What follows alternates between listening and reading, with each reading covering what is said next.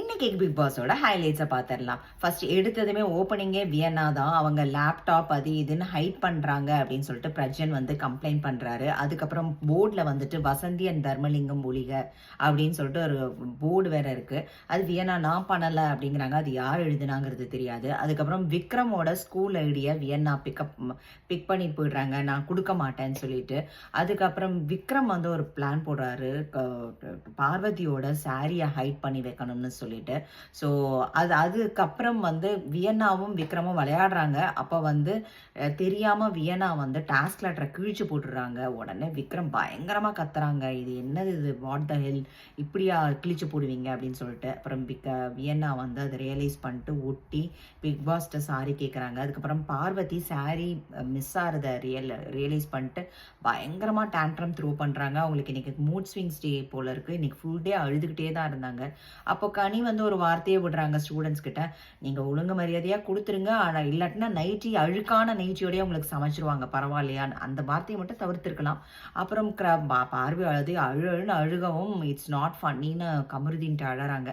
அப்புறம் விக்ரமும் சுபிக்ஷாவும் திருப்பி மடிச்சு சாரியை கொடுத்துட்றாங்க. அதுக்கப்புறம் திருக்குறள் டாஸ்க்கு வெளியில் நடக்குது, ஹாலுக்கு வெளியில். ஸோ அதில் கமருதீன் கொஞ்சம் நல்லா பண்ணார், ரஜினி ஸ்டைல்லனா ரொம்ப நல்லா ரசிக்கிற மாதிரியே இருந்தது.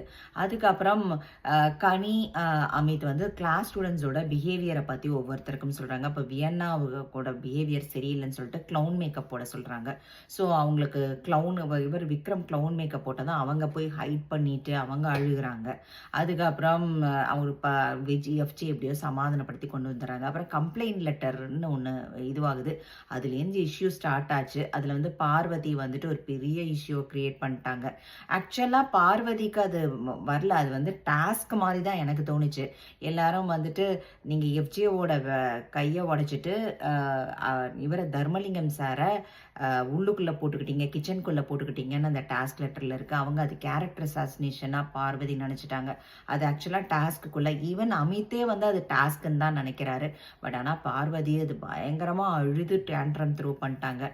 அதுக்கப்புறம் அமித் ஏதோ எக்ஸ்பிளைன் பண்ணுறாரு, இது சீரியஸு, இனிமேல் உங்களுக்கும் எனக்கும் இனிமேல் பேச்சுவார்த்தையே வேண்டாம், யூ பீட்ரேட் மீன்னு சொல்லிட்டு அமித் வந்துட்டு சொல்லிடுறாரு.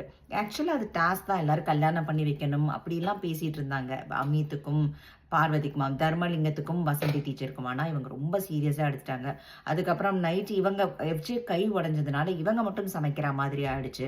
அவங்க அதுலேயும் ஃப்ரஸ்ட்ரேட் ஆகிட்டாங்க. பாத்திரம் நிறையா இருக்கும், யாரும் ஹெல்ப்புக்கு வரலன்னு சொல்லிட்டு அங்கேயும் சிறு சலசலப்பு.